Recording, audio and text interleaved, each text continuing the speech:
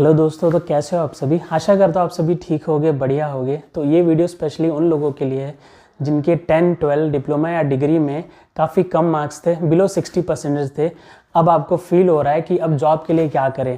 तो दोस्तों मैं इसमें मेरी जर्नी भी शेयर करने वाला हूँ, क्योंकि मेरे एकेडमिक में मेरे जो स्कोर थे, ठीक है, वो बिल्कुल भी अच्छे नहीं थे। एवरेज स्टूडेंट था और बिलो एवरेज ऐसा कह सकते हो, तो आप मुझसे कनेक्ट कर सकते हो। और मैं मैकेनिकल का स्टूडेंट हूँ। करंटली एक क्लिनिकल रिसर्च कंपनी में जॉब कर रहा हूँ एज अ स्टैटिस्टिकल प्रोग्रामर। तो आप ये भी सोच सकते हो, मेरे जो परसेंटेज थे बिलो एवरेज थे, उसके बावजूद मैंने फील्ड स्विच भी की और क्लिनिकल रिसर्च कंपनी में भी काम कर रहा हूँ। उसमें भी मतलब काफ़ी अच्छी पोजीशन पे काम कर रहा हूँ। तो आप ये चीज़ें कैसे फॉलो कर सकते हो, क्या करना पड़ेगा, मैं इस वीडियो में पूरा शेयर करूँगा। तो पहले तो ये चीज़ बता दूँ दोस्तों, जो आपके मार्क्स हैं और जो आपकी जॉब है उससे कोई भी लेना देना नहीं है। आप बोलोगे सर ये कौन सी बात हुई, 20 to 30% कंपनी तो मतलब ऐसा बोलती ही हैं, रिसेंट ग्रेजुएट को लेंगे या इतने परसेंटेज चाहिए। तो दोस्तों जो ये परसेंटेज वाला क्राइटेरिया है ना, ये दो ही जगह अप्लाई होता है। पहला, या तो आप डायरेक्ट कुछ बिग कंपनीज में अप्लाई कर रहे हो, या तो सर्विस बेस्ड TCS, इन्फोसिस, वो क्या करती हैं, बल्क में हायर करती है ना। तो वो क्या करती है, फिल्टर करने के लिए वो परसेंटेज का क्राइटेरिया और रीसेंट ग्रेजुएट का क्राइटेरिया लगा देती हैं। तो उसको फिल्टर आउट करने के लिए वो क्राइटेरिया लगाती है। ऐसा हर जगह नहीं होता, सिर्फ 30% कंपनीज ही हैं। ओके, पूरे इंडिया में अराउंड द ग्लोब 30% कंपनीज ही हैं जिनका ऐसा क्राइटेरिया है कि आपके परसेंटेज इतने होने चाहिए, आप पास आउट इस ईयर में होना चाहिए। अब इन दोनों क्वेश्चन का आंसर करता हूँ। मैं पास आउट हुआ था अराउंड 2018 या 19 में समझो। ओके, और उसके बाद मैंने कुछ डिज़ाइन का एक मैकेनिकल में होता है उसका ट्रेनिंग लिया। ठीक है, वो ट्रेनिंग में काफ़ी टाइम लग गया और जॉब लेने में काफ़ी टाइम लग गया। उसके बाद मैंने खुद का स्टार्टअप किया, उसके बाद मैंने एक स्टार्टअप में काम किया, उसके बाद मैं IT में मूव हुआ। ठीक है, तो मेरा जो गैप हो चुका था ये जर्नी के ड्यूरिंग, वो अराउंड समझो कि 1.5 ईयर या 2 ईयर का गैप हो चुका था। 2 साल पहले समझो या 1.5 साल पहले मैं मैकेनिकल से ग्रेजुएट हुआ, और 1.5 साल बाद या 2 साल बाद मैं IT में जॉब कर रहा हूँ क्लिनिकल रिसर्च कंपनी में। तो मेरा गैप भी था, प्लस मेरे बहुत सारे KTs भी थी ड्यूरिंग द डिप्लोमा और डिग्री, और मेरे परसेंटेज भी कम थे। जो भी फैक्टर्स आप लगा सकते हो, सारे फैक्टर्स मतलब ऐसे थे कि अनइवन थे, कि नहीं होना चाहिए। फिर भी ये सारी चीज़ें हुई। देखो दोस्तों, जब मैंने पहली जॉब की तो उसमें भी मैंने ये पाया कि वहाँ पे उनको चाहिए थी स्किल। ठीक है, स्किल यानी नॉलेज, जो काम करना है वो।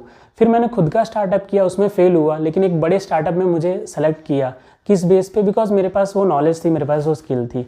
उसके बाद मैं क्लिनिकल रिसर्च कंपनी में मूव हुआ। वहाँ पे मुझे कैसे हायर किया, बिकॉज मेरे पास नॉलेज थी, मेरे पास स्किल था, क्योंकि मैंने वो चीज़ सीख ली थी। तो दोस्तों ये जो फिल्टर है, जो 60% वाला, ये सिर्फ 30% कंपनी में लगता है, सारी कंपनी में नहीं लगता। ये बात हमेशा ध्यान में रखना।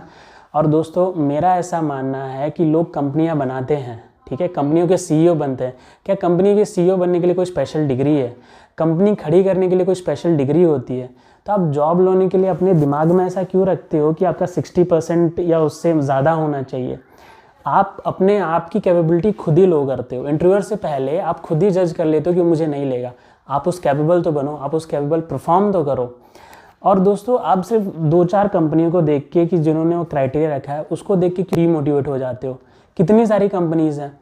और देखो, आपको स्टार्टिंग में मे भी ऐसा होगा, बिग कंपनीज में भी ना मिले। अगर आपका बैकलॉग है, मतलब बहुत सारी KDs हैं, आपका एकेडमिक अच्छा नहीं है, आपका पास आउट ईयर 2-3 साल पहले का है, रिसेंट ग्रेजुएट नहीं हो, तो बड़ी कंपनियां ना ले। उस केस में क्या कर सकते हो, छोटी कंपनी या मिड साइज कंपनी में अप्लाई करो।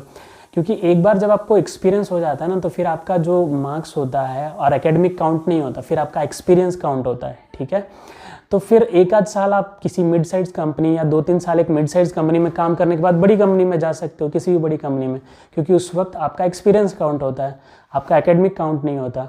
तो दोस्तों ऐसा कुछ भी नहीं है कि आपके परसेंटेजेस कम हैं, आप कौन से फील्ड से बिलोंग करते हो, आप किसी भी फील्ड में जॉब कर सकते हो। जैसे कि मैं मैकेनिकल से बिलोंग करता हूँ, मेरे परसेंटेजेस कम थे, मेरे बैकलॉग्स थे, KTs थी, और प्लस मैं 2 साल पहले का पास आउट था, बट अराउंड 1.5 ईयर बाद मैं IT में मूव हुआ और मुझे कोई दिक्कत नहीं हुई, टू बी ट्रू।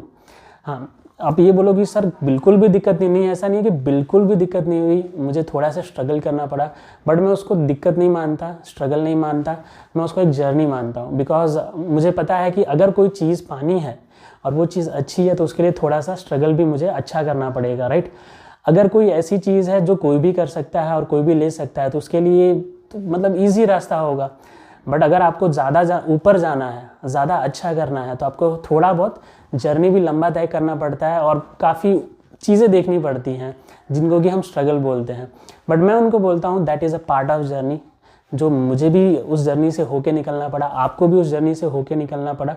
बट इस जर्नी के दौरान आपको क्या मेंटेन रखना है, एक तो खुद को ट्रूथफुल रखना है। जहाँ पे भी आप फंसो ना, अगर आप एक मतलब सच बोल सको उस सिचुएशन में, ठीक है, तो आप उस सिचुएशन से बाहर निकल सकते हो। कहीं पे जो भी हो, कंपनी का इंटरव्यू देते हो, तो ऐसा नहीं कि आपका गैप है तो आप कुछ फेक एक्सपीरियंस अटैच कर दो। बिकॉज बहुत सारे ट्रेनिंग इंस्टीट्यूट क्या बोल रहे हैं, हम आपको 1-2 साल का वो भी बना के दे देंगे। दोस्तों मेरे पास कोई फेक सर्टिफिकेट नहीं था, मैं एज अ फ्रेशर गया, ठीक है। मेरे पास ग्लोबल सर्टिफिकेशन भी नहीं था जिस सॉफ्टवेयर में मैं काम कर रहा हूँ। तो दोस्तों मैं ये बिलीव करता हूँ कि अगर मैं कर सकता हूँ तो ईजिली आप भी कर सकते हो, ठीक है। मेरे खुद के स्टूडेंट जिनके गैप थे वो सेलेक्ट हुए, राइट। वो मैकेनिकल इंजीनियर थे, वो as a data analyst different IT companies में काम कर रहे हैं। तो आपके लिए भी ईजिली पॉसिबल है, ठीक है दोस्तों। तो आशा करता हूँ इस वीडियो में मैंने मोस्ट प्रोबेबली सारी चीज़ें कवर की हैं। कुछ चीज़ें अगर रह गई तो आप मुझसे कमेंट में पूछ सकते हो, और अगर मुझसे कॉल पे 1-to-1 बात करनी हो तो चैनल के अबाउट सेक्शन में चेक कर सकते हो, एक ऑप्शन है 1-to-1 कॉल का, उसके थ्रू मैं आपको कंसल्टिंग कर सकता हूँ। किसी भी चीज़ के रिलेटेड गाइडेंस चाहिए हो तो मैं वो भी दे सकता हूँ। तो आज की वीडियो में इतना ही रखते हैं दोस्तों, फिर मिलेंगे नेक्स्ट वीडियो में।